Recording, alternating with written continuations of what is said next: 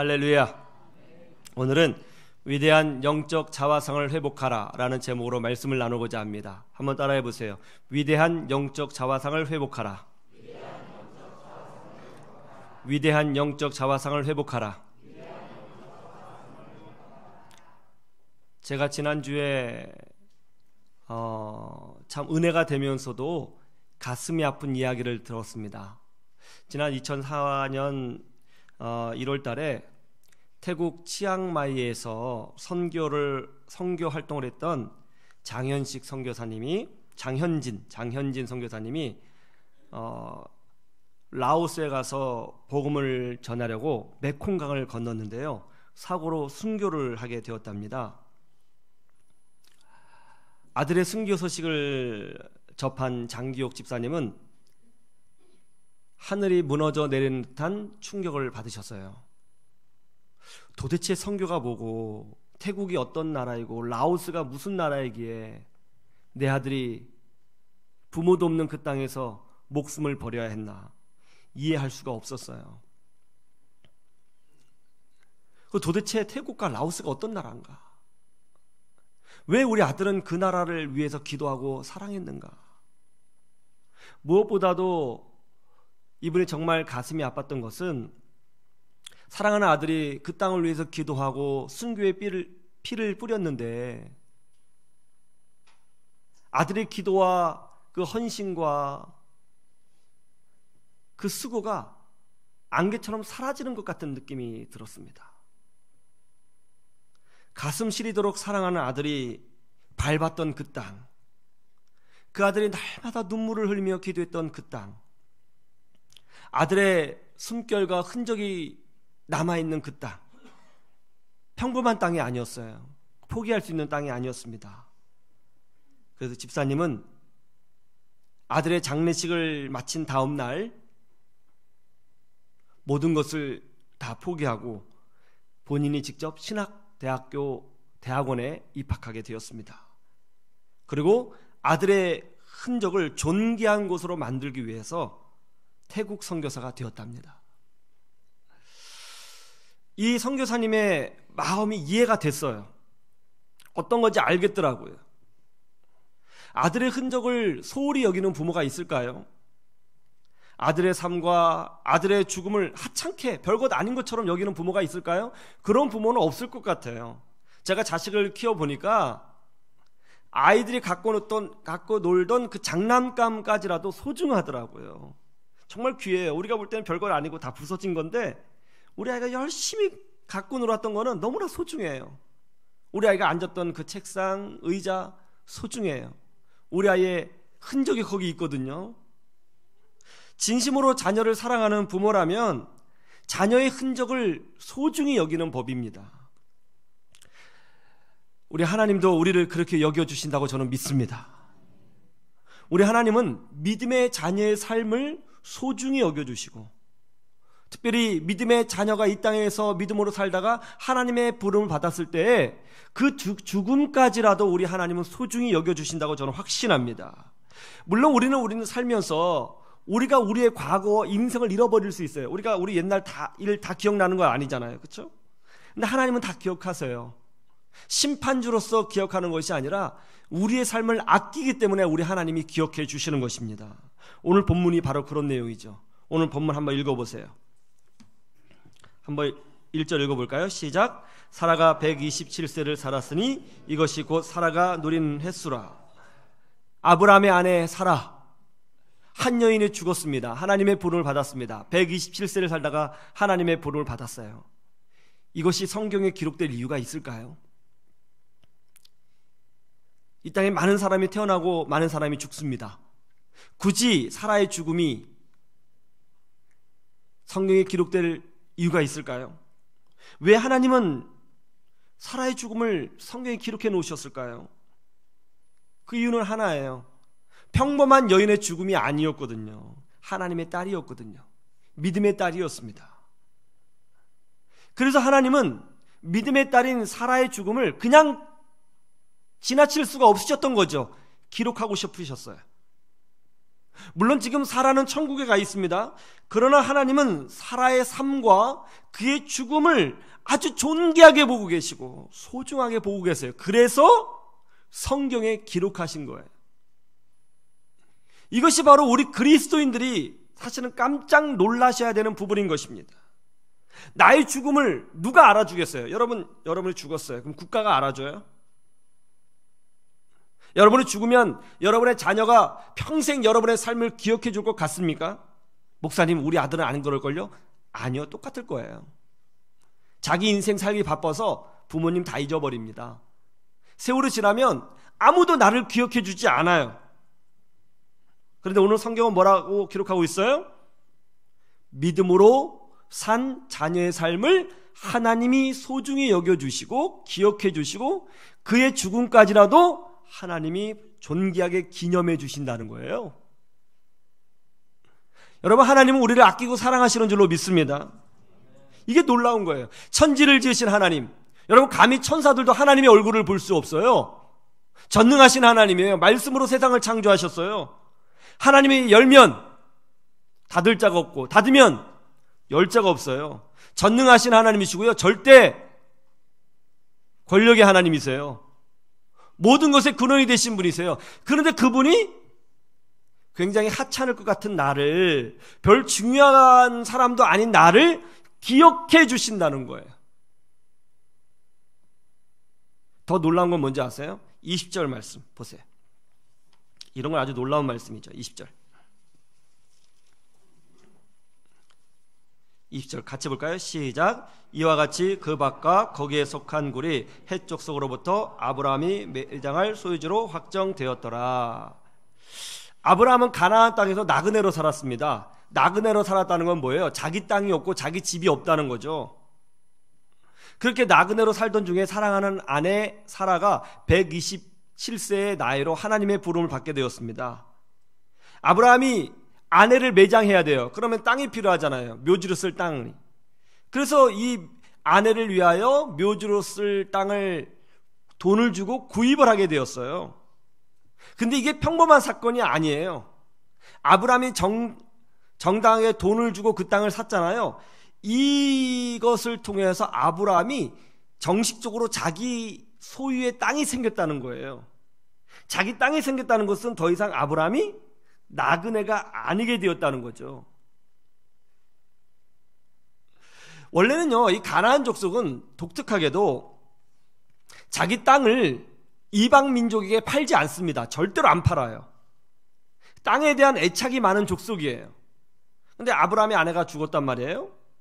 그러니까 아브라함이 평소에 친하게 지냈던 에브론이라는 사람한테 가서, 여보시오, 내 사랑하는 아내가 하나님의 부름을 받았어. 그런데 내 아내를 매장해야 되는데 땅이 없지 않소. 내게 좀 땅 좀 파시오. 그랬더니 에브론이라는 사람이, 아니 당신하고 나하고 막역한 사이인데 어떻게 매매를 합니까? 그냥 땅을 주겠습니다. 그러자 아브라함이, 아니요, 내가 돈을 주겠어. 땅값을 대시오. 여기 지금 100만 평 내가 살 테니 얼마요? 뭐 계산해 보니까 요즘 시세로 보니까 제가 엊그제 부동산에 알아보니까 한 100억 된다고 그러더라고요. 100억 주겠어. 그 땅을 산 거예요. 그런데 이게 되게 중요해요. 그 땅을 샀잖아요. 그 땅에 아브라함이 나중에 묻히게 되고요. 그리고 아브라함의 아들이었던 이삭과 그의 아내도 그 땅에 묻히게 되고요. 그리고 이삭의 아들인 아브라함의 손자인 야곱과 그의 아내도 묻히게 돼요. 이스라엘 민족이 이 땅이 내 거다 정당성을 확보할 수 있는 근거가 마련됐어요. 우리 조상 아브라함이 정상적으로 돈을 주고 이 땅을 산 거다. 가나안 땅 우리 그냥 얻는 건 아니다. 우리 가나안 땅에 대해서 권리가 있다. 이런 권리 주장을 할 수 있는 근거가 생긴 거예요. 이 사라의 죽음을 때문에 이제 아브라함의 자녀들, 즉 이스라엘 백성들이 가나안 땅에서 권리를 누리며 살 수 있는 자격이 생긴 거죠. 이게 무슨 말이에요? 하나님은 믿음의 딸인 사라의 죽음을 통해서 그의 자녀들이 축복받도록 만들어 주셨다는 겁니다. 이게 놀라운 거예요. 믿음의 사람은, 하나님의 자녀들은 그 죽음까지라도 자녀에게 축복이 되고 그 죽음이 헛되지 않고 하나님의 영광을 드러내되 쓰임받을 수 있다는 거죠. 이게 기가 막힌 거예요. 이게 세상 사람하고 우리하고 다른 거예요. 세상 사람들은 태어나서 자기 인생을 위해서 열심히 살다가 사라져요. 그리고 끝이에요. 그럼 우리는 그렇지 않아요. 우리는 매우 독특한 존재예요. 특별한 존재예요. 우리의 삶 자체도 하나님 나라에서 굉장한 의미가 있거니와 우리의 죽음까지라도 하나님은 그것을 사용하셔서 생명을 살리시고 자녀를 축복하시고 하나님의 영광을 드러내 보여주신다고요. 이거 얼마나 독특한 존재예요? 이것이 바로 예수를 나의 주로 고백하는 믿음의 사람들이 누리는 축복인 겁니다. 하나님은 우리 믿음의 자녀들의 삶을 그 삶 자체를 존귀하게 여겨주실 뿐만이 아니라 죽음까지라도 귀하게 여겨주시는 거예요. 정말 놀라운 존재죠. 그런데 문제는 뭐예요? 많은 그리스도인들이 자기 자신이 얼마나 특별한 존재인지를 모르고 산다는 거예요. 예수를 믿는 것이 어떤 가치를 지니는지, 도대체 예수 믿고 내가 하나님의 자녀가 된 것이 무슨 능력이 있는지 이거 몰라요. 그냥 교회만 왔다 갔다 하는 거예요. 세상 사람들은 자기 인생을 위해 사는데 우리도 자기 인생을 위해서 산다. 똑같다. 그런데 단지 우리는 종교 생활을 할 뿐이다. 이렇게 생각하는 사람이 너무나 많아요. 그렇게 생각하니까 어떻습니까? 교회 다니는 것이 중요하게 여겨지지 않고 때로는 이렇게 보이죠. 야, 세상 사람들은 좋겠다. 자기 마음대로 먹고 마시고 즐기고. 그런데 난 뭐냐? 나도 한번 저렇게 살면 좋겠다. 그러면서 부러워할 때가 있더라는 것이죠. 그래서 여러분 가만히 생각해 보세요. 정말 예수가 없이, 하나님이 없이 사는 사람의 삶이 정말 부러운 삶인가? 노인과 바다라고 하는 소설 아시죠? 이 소설 쓴 사람이 누구예요? 해자로 시작되는데 해밍웨이죠. 굉장히 지성적이네요. 해밍웨이예요. 이 해밍웨이 이분이 이 소설을 쓴 이후에 단박에 세계 문학계의 큰 거장으로 떠올랐습니다. 해밍웨이는 정말 탁월한 천재였어요. 그리고 인생과 철학에 대해서도 아주 깊은 통찰력이 있었습니다. 그러나 그는 믿음이 없었습니다. 오히려 기독교인들을 조롱했어요. 기독교를 조롱했습니다. 뭐라고 조롱했는지 아세요? 생각이 좀 있는 사람이라면 무신론자가 될 것이다. 그렇게 얘기했어요. 그러니까 예수 믿는 사람들은 생각이 없는 사람이 믿는다는 거잖아요. 그 정도로 비아냥거렸다고요. 그는 하나님이 없는 삶을 찬미했습니다. 그러나 그가 어떻게 됐습니까? 그는 인생을 살다가 하나님 없이 살다가 결국 허무주의에 빠졌어요. 삶이 다 허무한 게 느껴진 거죠. 인생이 허무하게 느껴졌어요. 술에 빠졌습니다. 날마다 술이 아니면 잠을 잘 수가 없었어요. 그리고 결국 자기 집에서 권총으로 자기 머리를 쏴서 자살했습니다. 세계 최고의 여배우 마릴린 먼로, 여러분 그녀만큼 사람들의 사랑을 받은 사람이 있을까요? 정말 다 가진 여자잖아요. 그죠? 얼굴도 이쁘죠. 인기도 있죠. 재물도 있죠. 명성도 있죠. 명예도 있죠. 다 누렸어요. 그러나 어떻습니까? 놀라운 것은 마릴린 먼로는 항상 외로워했대요. 그렇게 사람들에게 사랑을 받았던 그녀가 외로워했답니다. 그리고 4번이나 자살 시도했고요. 나중엔 약물 중독에 빠져서 죽었습니다. 하나님이 없는 삶 즐겁다고요? 그렇지 않습니다. 하나님을 모르는 사람의 삶은, 한번 여러분 세상 사람 보세요. 뭔가 공허해요. 외로운 것입니다. 그래서 이 세상 사람들은 뭔가 심취해 살고요, 뭔가 즐기려고 하고요, 잊으려고 하고요, 뭔가 바쁘게 쫓기듯이 살아요. 그리고 두려워해요. 버림받을까 봐. 자녀들에게, 가족에게. 이런 세상이 뭐가 그렇게 부럽습니까? 이런 것이 부럽다고 하는 이유는 뭐냐면 우리가 누군지도 모르고 어떤 존재로 하나님 앞에 부름받았는지를 모르기 때문에 그런 소리를 하는 거예요. 우리는 절대로 허무하지 않습니다. 왜죠? 하나님이 내 인생을 소중히 보시기 때문에 그런 것입니다. 우리는 절대로 외롭지 않습니다. 왜요? 우리 안에 성령이 계시고 하나님이 우리의 삶을 지켜주시고 동행하시고 끝까지 인도해 주시기 때문에 우리는 절대로 외롭지 않습니다. 이게 우리의 복이죠. 여러분, 예수 믿는다는 것은 단순히 예수님을 믿는 것으로 끝나는 게 아닙니다. 신앙의 핵심은 뭐냐면 내가 예수님을 나의 구주로 받아들였잖아요. 그 다음에 내가 어떤 존재가 되었느냐를 깨닫는 게 신앙의 가장 중요한 부분이에요. 기독교 신앙의 핵심은 뭐냐면 영어로 표현하면 doing이 아니고, 무엇을 행함이 아니고 근본적으로 빙의 문제예요. 내가 어떤 존재가 되었느냐. 이게 중요한 거예요. 우리 주님이 이렇게 말씀해 주셨죠. 그러므로 너희는 이렇게 기도하라. 하늘에 계신 뭐라고 했어요? 우리 아버지요. 하나님을 아버지로 부르는 존재로 바뀌었다고요. 우리가 하나님을 아버지로 부른다고요. 하나님을 신으로 여기는 것이 아니고 조물주로 여기는 것이 아니고, 세상 사람들은 그렇게 얘기하잖아요. 조물주가 세상을 창조했다. 우리는 조물주, 단지 어떤 신으로 여기는 게 아니고, 우리 주님이 분명히 우리의 존재에 대해서 알려주셨어요. 너희가 어떤 존재이지 아니? 그러므로 너희는 이렇게 기도하라. 하늘에 계신 우리 아버지요. 우리가 하나님을 아버지로 부르는 존재예요. 이 세상의 어떤 종교도 자기가 믿고 있는 신을 아버지로 표현하는 종교는 없어요. 아버지예요. 기독교 신앙의 본질은 뭔가? 예수를 믿으면서 교회를 다니면서 내가 얼마큼 가슴이 뜨겁느냐, 내가 얼마큼 신앙의 연수를 더했느냐, 그것이 중요한 게 아니고, 신앙의 본질은 뭐냐면 내가 어떤 존재로 변화되었고 어떤 존재이냐를 확인하는 것이 신앙의 핵심입니다. 그래서 신앙이 깊어지면 깊어질수록 우리는 이런 고백을 하는 거예요. 교회를 오래 다니고 신앙이 깊어져요. 그리고 인격적으로 예수님을 만났어요. 그리고 내가 정말 하나님의 은혜를 알아요. 이런 사람들은 신앙이 깊어지면 깊어질수록 이렇게 고백해요. 하나님, 도대체 왜 저 같은 사람을 사랑하시죠? 하나님, 왜 저 같은 사람에게 복을 주시죠? 그런 질문이 나와요. 여러분 거룩하게 살아요? 지난주 거룩하게 살았어요? 한 번도 뻥 안 치고 깨끗하게 살았어요? 아니죠. 근데 왜 눈에 심주며 여기 있어요? 거룩하게 안 살았죠. 여러분 완벽해요? 하나님 앞에서?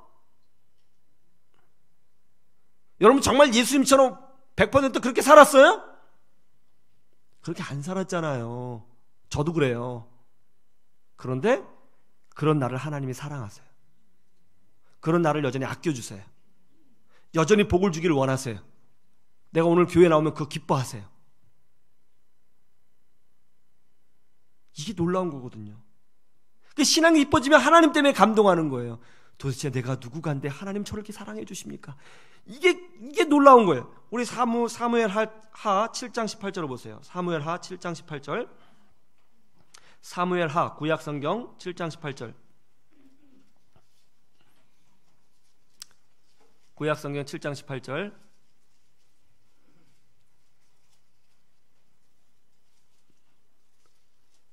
사무엘하 7장 18절. 찾으셨어요? 한번 보세요. 시작. 다윗 왕이 여호와 앞에 들어가 앉아서 이르되 주 여호와여, 나는 누구이오며 내 집은 무엇이기에 나를 여기까지 이르게 하셨나이까. 보세요. 지금은 다윗이 하나님께 감동하고 있잖아요. 하나님, 도대체 제가 누군데 하나님 저를 이렇게 축복하십니까? 하나님, 우리 아버지도 저를 무시했습니다. 우리 형들도 저를 아주 무시했습니다. 저는 학교 문턱을 밟아본 사람도 아닙니다. 평생 양만 쳤습니다. 동네 사람도 저를 무시했습니다. 저는 유난히 키가 작았고 배운 것이 없었습니다. 할 수 있는 것이라곤 양을 데리고 풀을 먹이는 것뿐이었습니다. 어떤 누구도 나를 특별히 봐준 사람이 없었습니다. 저는 그런 존재였습니다. 그런데 왜 하나님은 저를 특별하게 봐주십니까?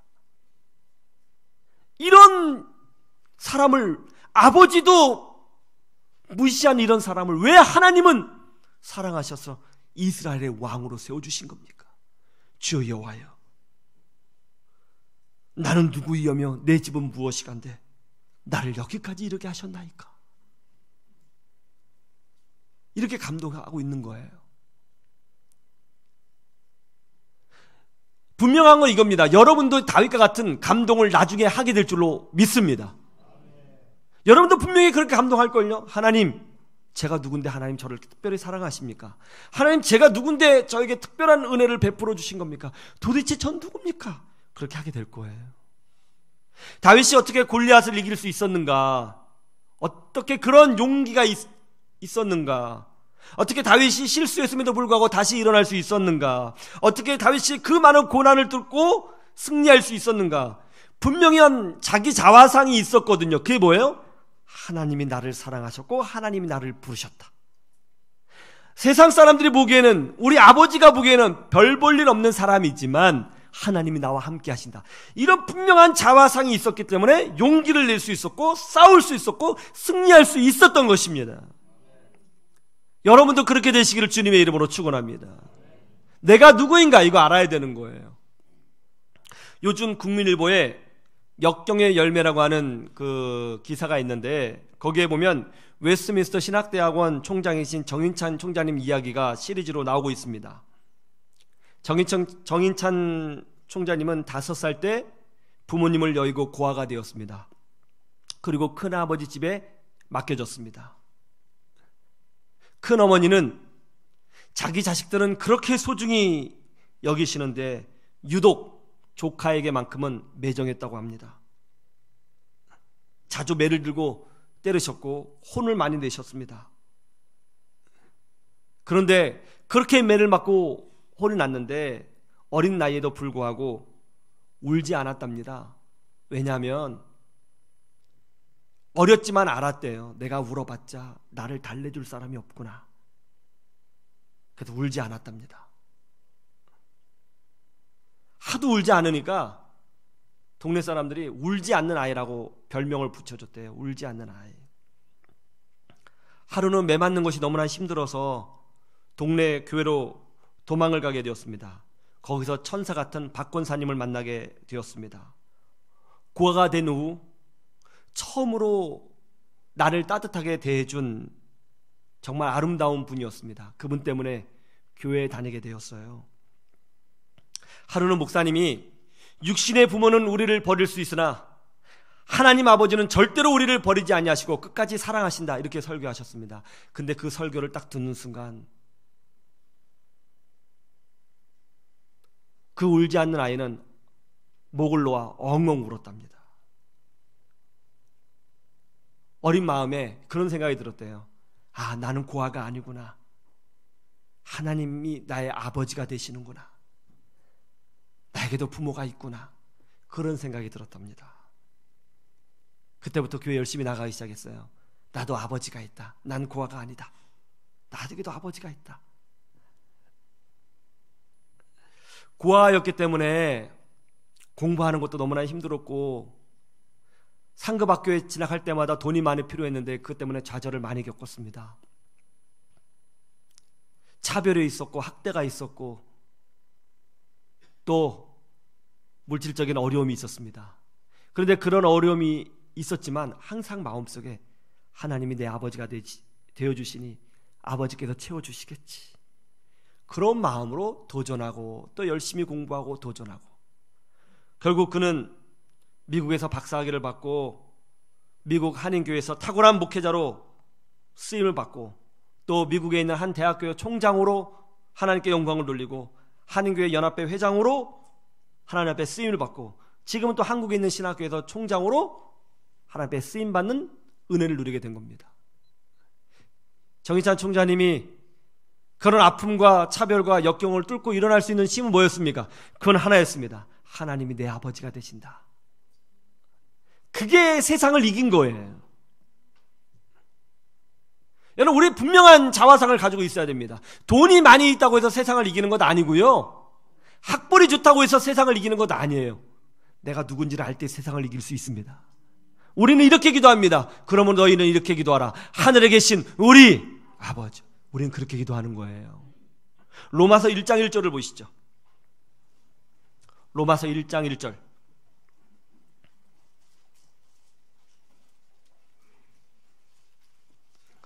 로마서 1장 1절.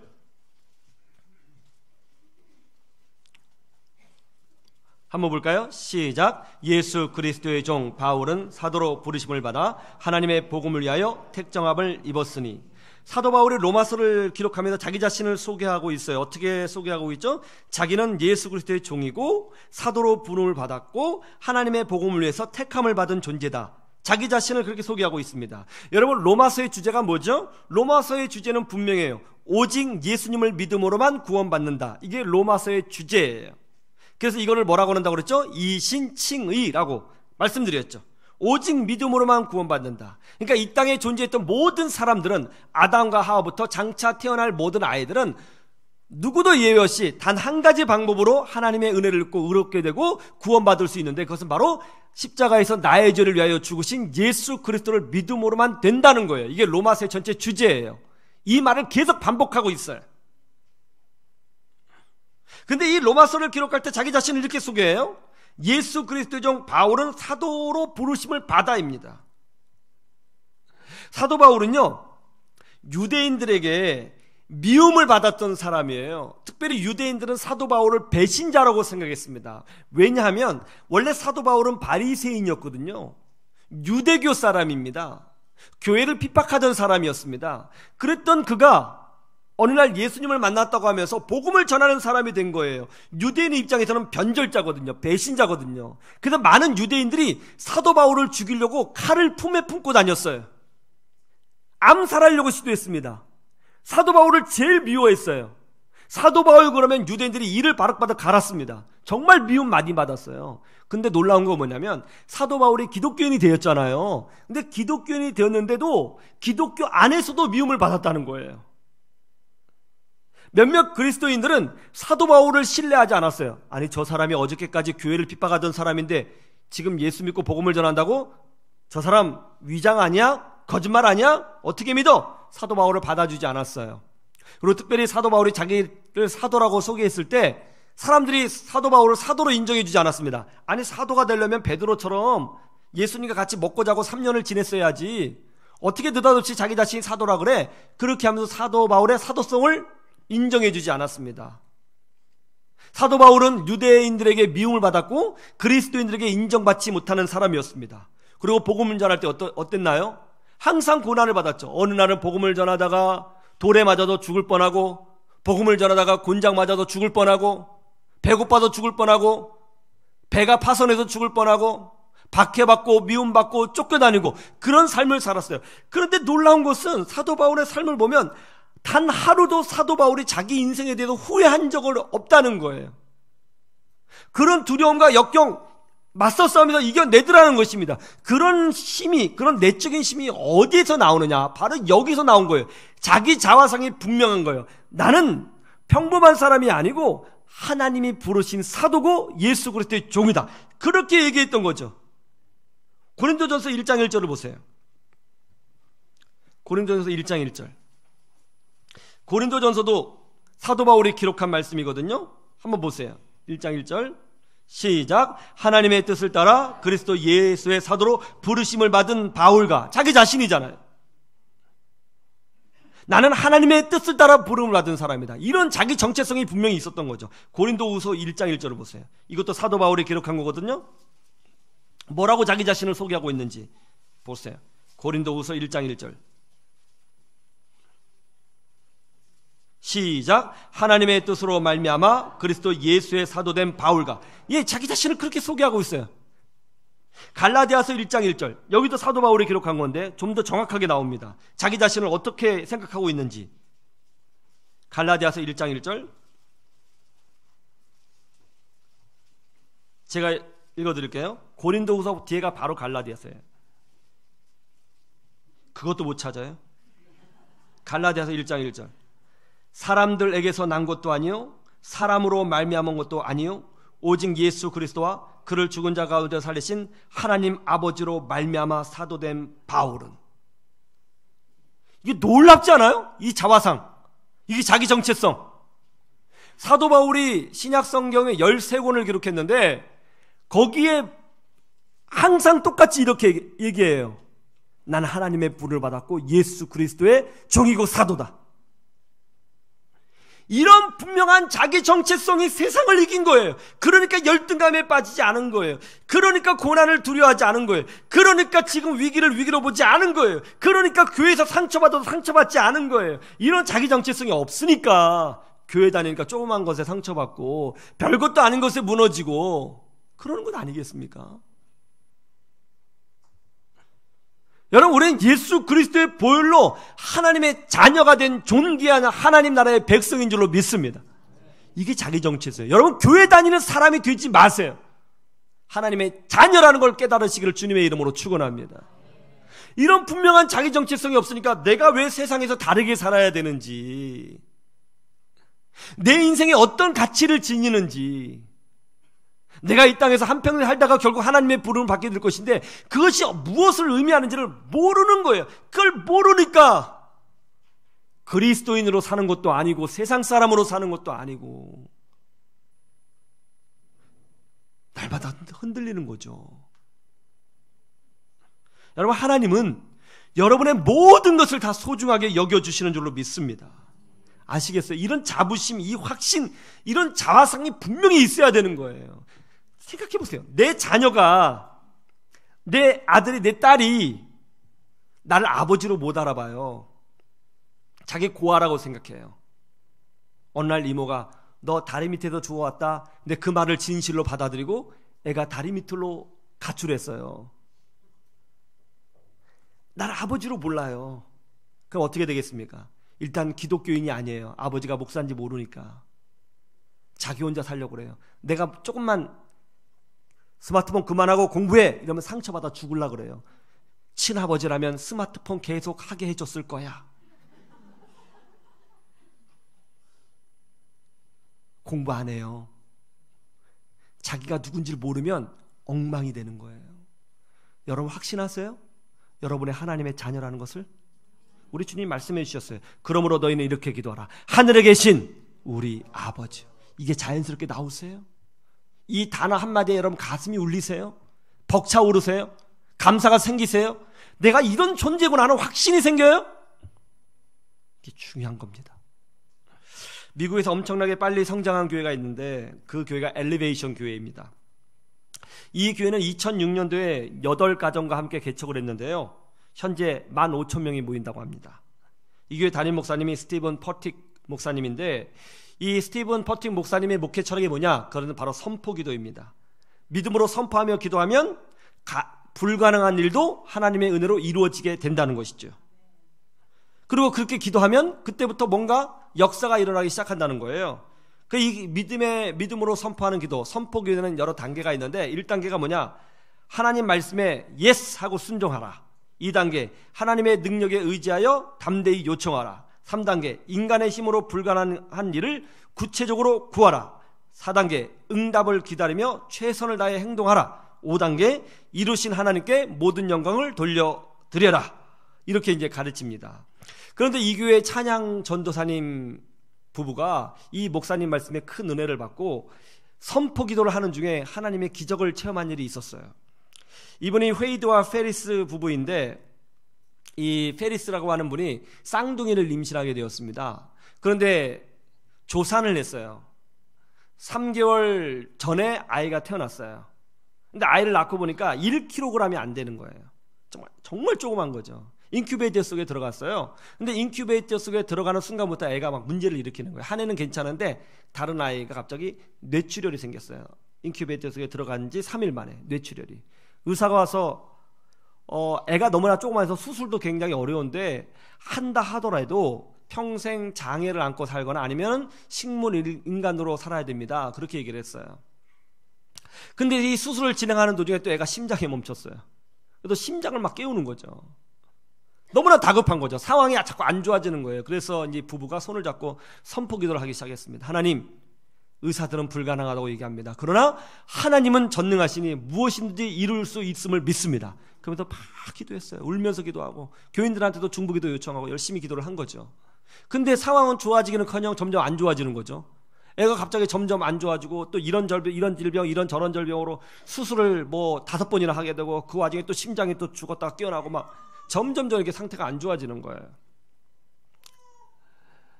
애기 얘기하는데 애기가 울어요. 가슴이 짠해.